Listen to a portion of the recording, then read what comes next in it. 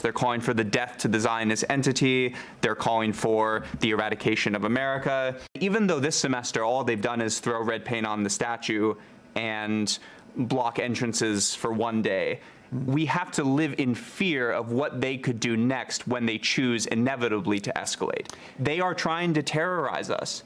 They are terrorists. That was a Columbia University student saying anti-Semitic protesters act like terrorists as the new semester kicked off earlier this week with protests at the campus.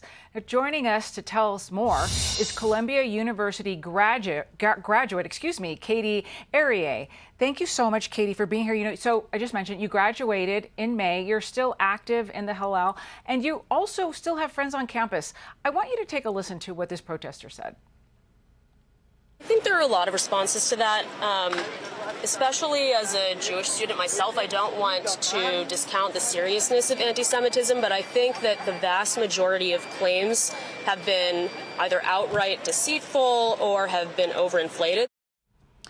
Katie, what are your thoughts on that? Overinflated, she's saying, about anti-Semitism on campus. You know, unfortunately, amongst this woke culture that has unfortunately brainwashed my fellow students into believing that there is this binary of oppressed and oppressor, there are a few token Jewish students who have sadly fallen prey to this narrative, whether that's out of fear of being ostracized by fellow students or for other reasons. I can't speak to their own morality, but it's been blatantly clear, not only in the task force, anti-Semitism task force reports, that there's been extreme anti-Semitism on campus, but also that there's been extreme anti-American rhetoric being spewed on these campuses. These people have shown a complete disregard for morality, a complete disregard for laws, and what's right and what needs to be upheld in this country and on our campus.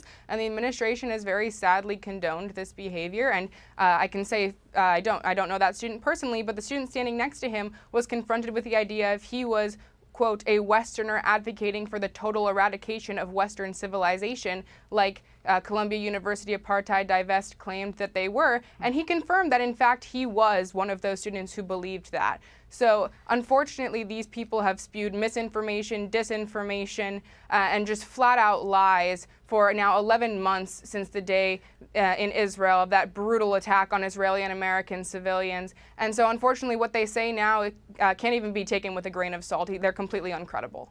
Well, and as you mentioned, 1 month from today will mark 1 year since the October 7th attacks. And now we know, according to the DOJ, there's been an arrest of a man who was planning attacks in New York City on October 7th, this upcoming October 7th.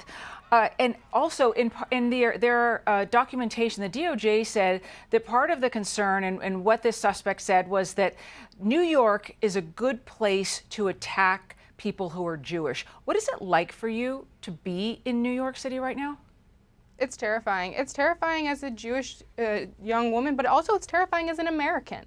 I mean, these people have shown over and over and over again with saying things like they are Westerners advocating for the total eradication of Western society. They believe that America needs to be, quote, eradicated and eliminated. They believe it's evil. They burn Israeli flags, but they also burn American flags. They are clearly immoral. They clearly want to spew this godless, hateful gospel around. And unfortunately, we see it in Columbia as a really good example of how this hate gets spewed and gets condoned, right? When students leave their homes, they're leaving their parents, who are the moral boundaries, whatever morality that is that they share with their children, and they come to a place where the administration is supposed to serve in that role. And when the administration has 18 out of 22 students who broke into a building with hammers, took over their private property, held a poor facilities worker hostage, while they screamed for death to America and death to Israel, when they have 18 of those 22 students in good standing with the university, it shows that this is morally acceptable at Columbia. And unfortunately, when the district attorney in New York dropped those charges against these people who clearly broke the law and clearly have a disregard for the law and just want to bring hate and death to the U.S., as Iran calls the U.S. the Great Satan and Israel the Little Satan, they clearly feel similarly. and he dropped all the charges against them. That shows them that this is okay, and I'm not surprised. I was sickened by the reports of the potential terrorist attack, but they believe that, quote, Osama bin Laden did what he had to do, and they continue to show that that's what they believe, and they're going to support it. And unfortunately, unless it's stopped, it's going to continue. Well, Katie, we're so glad that you're here today. Your voice is so important. Thank you very much for being here. Click here to subscribe to the Fox News YouTube page to catch our hottest interviews and most compelling analysis. You won't get it anywhere else.